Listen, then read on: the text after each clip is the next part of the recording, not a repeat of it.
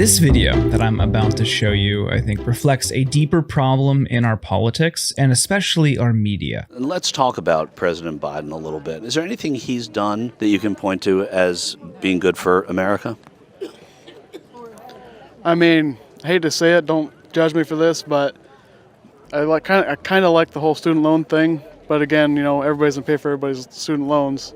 So honestly, no, I can't think of anything that he's done for me, honestly. Here you have somebody who acknowledges that student debt cancellation would benefit him, but he prefaces it with, "Don't judge me." He's been conditioned to think that a policy which he acknowledges would benefit him and other people is bad. And you can assume, based on his hat, where he's at, a Trump rally, and his position, that he's probably in opposition to many social safety net programs or many policies that benefit working Americans. And that's sad. That's honestly sad, because those same types of people who oppose student debt cancellation because of partisan politics also usually oppose things like Medicare for All, which we know would benefit everyone in this country. The reality is the right, and especially the right-wing media ecosystem, has brainwashed millions of people. And sure, there are plenty of purely hateful, spiteful, whatever ism you want to add, people in the MAGA movement, but I think a lot of them are just looking for help. They can't trust the established leaders in Washington, so they turn to Trump, the outsider, someone who promises to be a right-wing populist. Now, I think we know that's not true, and that's not who he is or what he will do, but they're coming to this position out of desperation. And while the solutions are right there, student debt cancellation, Medicare for All, increased wages for workers, these right-wing populists will exploit their very real suffering and then not deliver. And it turns people off and makes them cynical in the long run. But how did we get to that point to begin with? We have to go back to the media ecosystem. There's this big conversation around how liberals need to create a liberal Joe Rogan to compete with the right-wing media ecosystem. I think they're missing the point. When people, if there are such people who say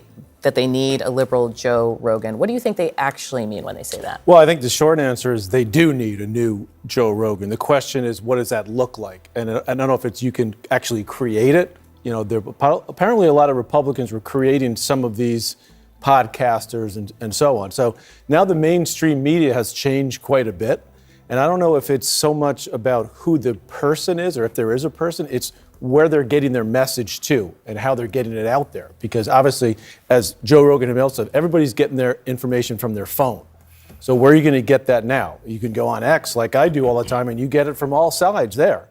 But I think for the Democrats, they need to find a way to get their message out to the people that they didn't get it out to. Misha, I see you ready to jump here. I agree with that. I think it's more an understanding of the new ecosystem, where people are getting their media messages from. We know that a lot of it is digital, it's social media. People aren't picking up the newspaper anymore. Did, right? They like TikTok their way through the coconut summer. And yeah, nobody cared about the coconuts. I think that it was a misreading of the electorate, but also a misreading of where people are getting their information. What Democrats have to do is figure out ways in which they can get to the podcast that their people are listening to. That means your younger voters, your people of color voters. They're getting a lot of information from things that are not, unfortunately, shows like ours right now, that are not shows of the competitors either.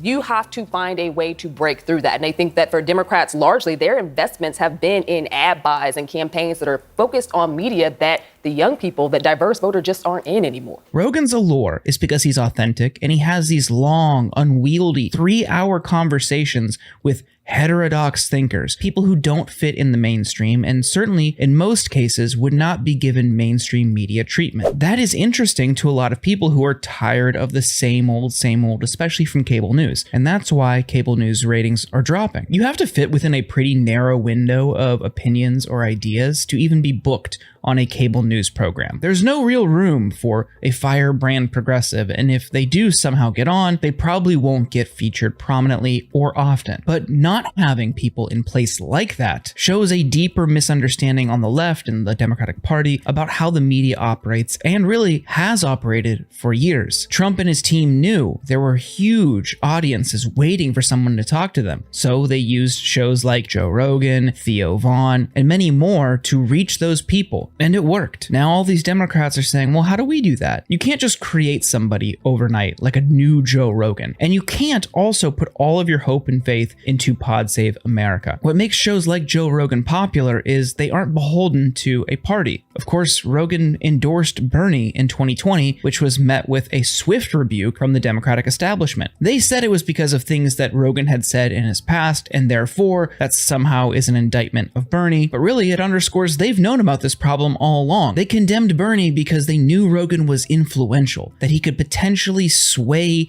the outcome of the primary. So of course, Bernie had to reject the endorsement and distance himself from Rogan. Bernie, of course, then goes on to lose the primary. We all know what happens next. And here we are 4 years later wondering, wow, how is Joe Rogan so popular? I think Democrats need to find a message first.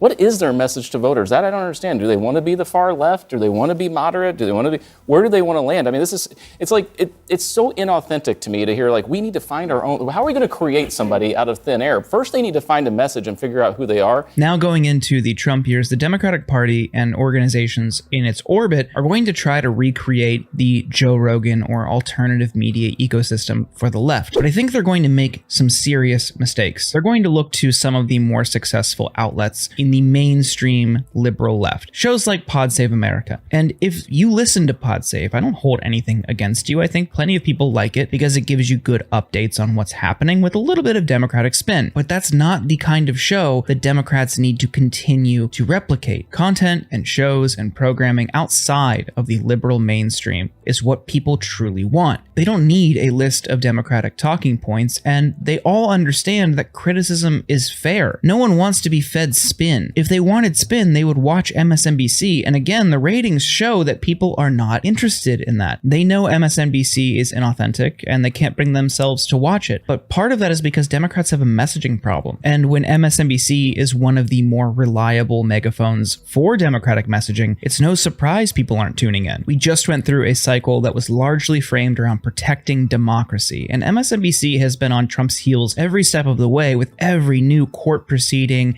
and threat to democracy and grand existential threat to our system. It didn't resonate with voters, and we saw that. If Democrats really want to create the next Joe Rogan, it's not about finding a new personality or a show to lift up or create. It's about engaging with people who already have audiences, even if it's not the typical safe messenger you would typically go to for a press release. As a result, people would be more informed. You'd beat back some of the growing right-wing narratives that are spreading in alternative media. And when you couple that with strong economic messaging that you will deliver on, I hope, we'd all be better off.